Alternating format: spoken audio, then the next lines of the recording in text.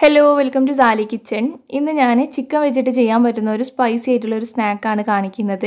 Chicken പിൻവീലാണ് കേട്ടോ. ഇത് നല്ല എളുപ്പമാണ് ചെയ്യാൻ വേണ്ടിയിട്ട്, അടിപൊളി ടേസ്റ്റുമാണ്. അപ്പോൾ ഇതെങ്ങനെയാണ് റെഡിയാക്കി എടുക്കാൻ നോക്കാം.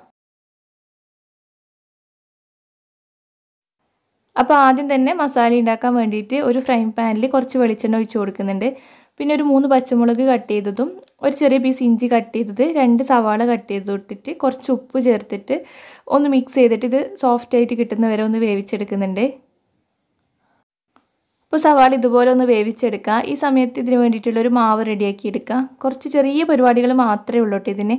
അപ്പോൾ അതിൻ്റെ ഇടയിൽ തന്നെ നമുക്ക് മാവ് റെഡിയാക്കി എടുക്കാം. ഇപ്പോൾ ഒരു ബൗളിൽ ഒരു 1/2 കപ്പ് വെള്ളം ഒഴിച്ച് കൊടുത്തിട്ടുണ്ട്. ഇതിലേക്ക് ആവശ്യത്തിനുള്ള ഉപ്പും 1 ടേബിൾ സ്പൂൺ റവയും കൂടി ചേർത്ത് കൊടുക്കുക. റവ ചേർത്ത് കൊടുക്കുമ്പോൾ നല്ല മുരുമുര ക്രിസ്പി ആയിട്ടിരിക്കും. അപ്പോൾ ഇനി ഇതിന് വേണ്ടിയിട്ടുള്ള മൈദയാണ് ചേർത്ത് കൊടുക്കേണ്ടത്. ഈ ഒരു വെള്ളത്തിലേക്ക് എത്രത്തോളം മൈദ വേണമെന്ന് വെച്ചാൽ അതിനനുസരിച്ചിട്ട് ചേർത്ത് കൊടുക്കണം. ഒരു 3/4 to 1 കപ്പ് വരെ മൈദ ആവശ്യം വരുന്നുണ്ട്. എന്നിട്ട് കൈ വെച്ചിട്ട് നല്ല സോഫ്റ്റായിട്ട് കിട്ടുന്ന വരെ ഒന്ന് കുഴച്ചെടുക്കാം. അപ്പോൾ മാവ് റെഡി ആയി കഴിഞ്ഞ് കഴിഞ്ഞാൽ ഇതൊരു ഭാഗത്തേക്ക് മാറ്റി വെക്കാം. നമ്മൾ നേരത്തെ വേവിക്കാൻ വെച്ച സവാള നോക്കാം. അപ്പോൾ ഇത് അത്യാവശ്യം നല്ല സോഫ്റ്റായിട്ട് റെഡിയായി കിട്ടിയിട്ടുണ്ട്.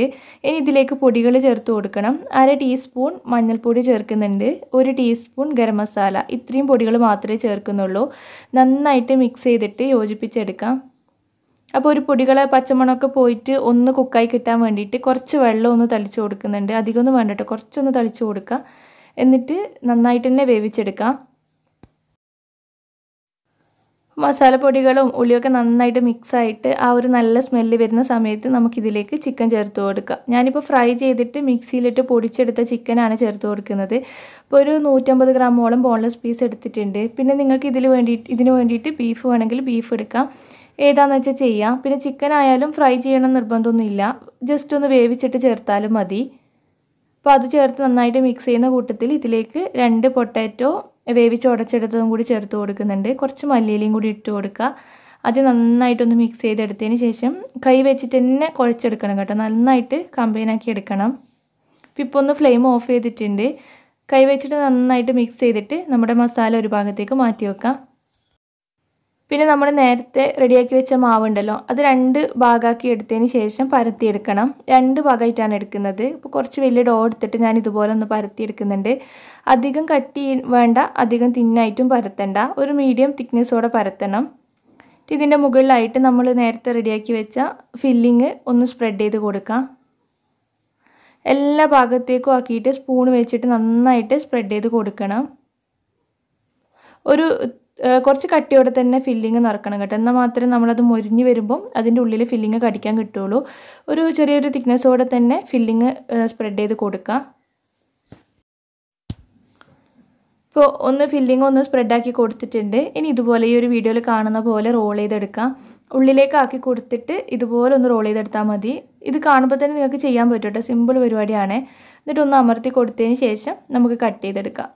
ആദ്യത്തെ പീസ് ഒരു ഷേപ്പ് ഇല്ലാത്തതുകൊണ്ട് ഞാൻ കട്ട് ചെയ്തിട്ട് ഇതിൽ കാണിക്കുന്നില്ല, പക്ഷെ അത് യൂസ് ചെയ്യാം കേട്ടോ.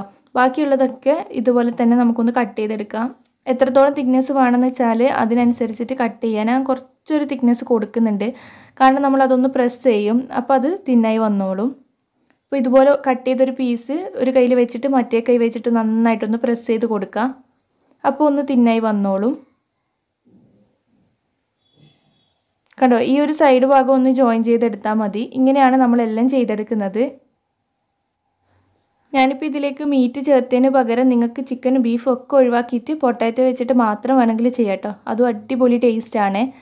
പിന്നെ ഇത് ഫ്രൈ ചെയ്യാൻ വേണ്ടിയിട്ട് ചെറിയൊരു കോട്ടിങ് റെഡിയാക്കി എടുക്കണം. അപ്പോൾ അതിനുവേണ്ടി ഞാൻ ഓൾറെഡി അത് മിക്സ് ചെയ്ത് വെച്ചിട്ടുണ്ട്. 2 ടേബിൾ സ്പൂൺ മൈദയിൽ 1/2 കപ്പ് വെള്ളം ചേർത്തിട്ട് കുറച്ച് ലൂസാക്കിയിട്ടാണ് മിക്സ് ചെയ്തെടുത്തത്. നല്ല ലൂസല്ല, നല്ല തിക്കുമല്ല, ഇങ്ങനെ ഒന്ന് മിക്സ് ചെയ്തെടുക്കാം. അപ്പോൾ ഇതിൻ്റെ കൂട്ടത്തിൽ കുറച്ച് മല്ലിയിലയും കൂടി ഇട്ട് കൊടുക്കുന്നുണ്ട്. ഈ ഒരു സ്റ്റെപ്പ് ഓപ്ഷനിലാണ്, ഉണ്ടെങ്കിൽ ചേർത്ത് കൊടുക്കുക. നന്നായിട്ട് മിക്സ് ചെയ്തെടുത്തതിന് ശേഷം നമുക്കിത് ഫ്രൈ ചെയ്തെടുക്കാം. അപ്പോൾ ഫ്രൈ ചെയ്യാൻ വേണ്ടിയിട്ട് ഓരോ പിൻവീൽസും ഈ ഒരു ബാറ്ററിൽ 2 ഭാഗവും ഒന്ന് ഡിപ്പ് ചെയ്തെടുത്തതിന് ശേഷം എണ്ണയിലേക്ക് ഇട്ട് കൊടുത്താൽ മതി. ഞാൻ ഇതുപോലത്തെ ഒരു ഫ്രൈ പാനിലാണ് ഫ്രൈ ചെയ്തെടുക്കുന്നത്. ഒന്ന് ഷാലോ ഫ്രൈ ചെയ്തെടുക്കുകയേ വേണ്ടൂ. അപ്പോൾ എല്ലാം ഒന്ന് ഡിപ്പ് ചെയ്തിട്ട് എണ്ണയിലേക്ക് ഇട്ട് കൊടുക്കുക. തിരിച്ചു മറിച്ച് വിട്ടിട്ട് ഫ്രൈ ചെയ്തെടുക്കുക. നന്നായിട്ട് പൊരിച്ച് അങ്ങനെ എടുക്കുകയൊന്നും വേണ്ട കേട്ടോ. ഒന്ന് കുക്കായെന്ന് തോന്നിക്കഴിഞ്ഞാൽ നമുക്ക് എണ്ണയിൽ നിന്ന് മാറ്റാം. നന്നായിട്ട് അത് ഫ്രൈ ആയി മൊരിയിച്ചെടുക്കുമ്പോൾ ഉള്ളിലെ ഫില്ലിംഗ് ഒക്കെ കരിഞ്ഞു പോകും. ആ ഒരു ഫില്ലിംഗ് കടിക്കാൻ കിട്ടണം, അതാണ് അതിൻ്റെ ഒരു ടേസ്റ്റ്. ഒന്നൊരു ഭാഗം ഇതുപോലെ ഒന്ന് ഫ്രൈ ആയിട്ട് വരുമ്പോൾ തിരിച്ചിട്ട് കൊടുക്കുക. എന്നിട്ട് ജസ്റ്റ് ഒന്നുകൂടി ഒന്ന് മറിച്ചിട്ട് കൊടുത്തതിന് ശേഷം എണ്ണയിൽ നിന്ന് എടുത്താൽ മതി.